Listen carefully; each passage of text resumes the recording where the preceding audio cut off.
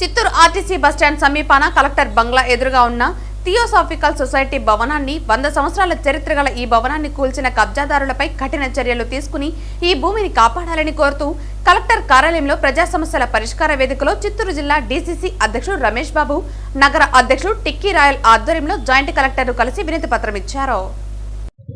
2 రోజుల క్రితం చిత్తూరు పట్టణంలో ఆర్టీసీ బస్టాండ్ పక్కన వెలిసి ఉన్న థియోసాఫికల్ సొసైటీ భవనము 100 సంవత్సరాల పూర్వము దీన్ని నిర్మించడం జరిగింది.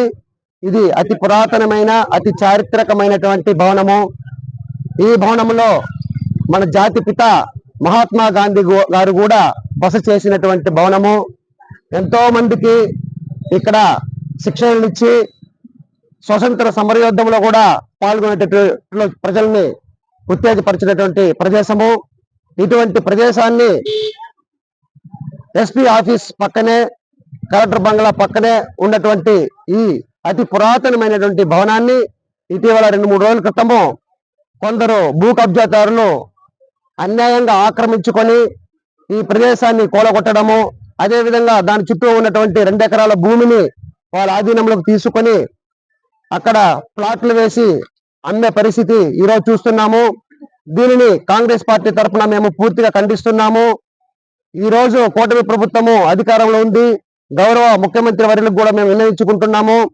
100 సంవత్సరాల చరిత్ర కలిగినటువంటి అతి పురాతనమైనటువంటి ఈ భవనాల్ని ఎట్టి పరిస్థితుల్లో కూల్చే అధికారం ఎవరికి లేదు. ఇటువంటి దుశ్చర్యలు జరుగుతూ ఉన్నా కూడా ప్రభుత్వము చూస్తూ ఉన్నదంటే దీంట్లో ఎంతమంది ఇన్వాల్వ్ అయి ఉండారో అర్థమవుతుంది. అధికారులు కూడా నిమ్మక నీరెత్తినట్లు చూస్తున్నారు. దీనికి నిరసనగా ఈ రోజు మేము కలెక్టర్ గారికి విన్నపించుకోవడానికి అర్జీ తీసుకొచ్చాము. కలెక్టర్ గారు లేరు, జాయింట్ కలెక్టర్ గారిని కలిసాము. ఆయన కూడా సానుకూలంగా స్పందించి దీని మీద వెంటనే విచారణ చేపడతామని చెప్పారు.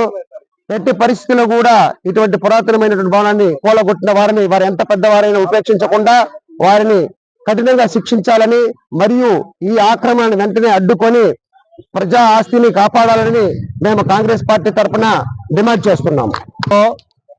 థియోసాఫికల్ సొసైటీ అతి పురాతనమైన ఒక మాన్యుమెంట్, మహాత్మా గాంధీ గారు బస చేసినటువంటి ఒక భవనం, అలాగే ఎంతో మందికి విజ్ఞానం పంచిన ఒక సొసైటీ. ఆ సొసైటీకి మంచి జరగాలని పెద్దలు ఆ కాలంలో ఆ సొసైటీకి భూమి దానం చేయడం జరిగింది, 2 ఎకరాలు. దాన్ని ఈరోజు ఎవరో రాత్రికి రాత్రి కూలదోయడం జరిగింది.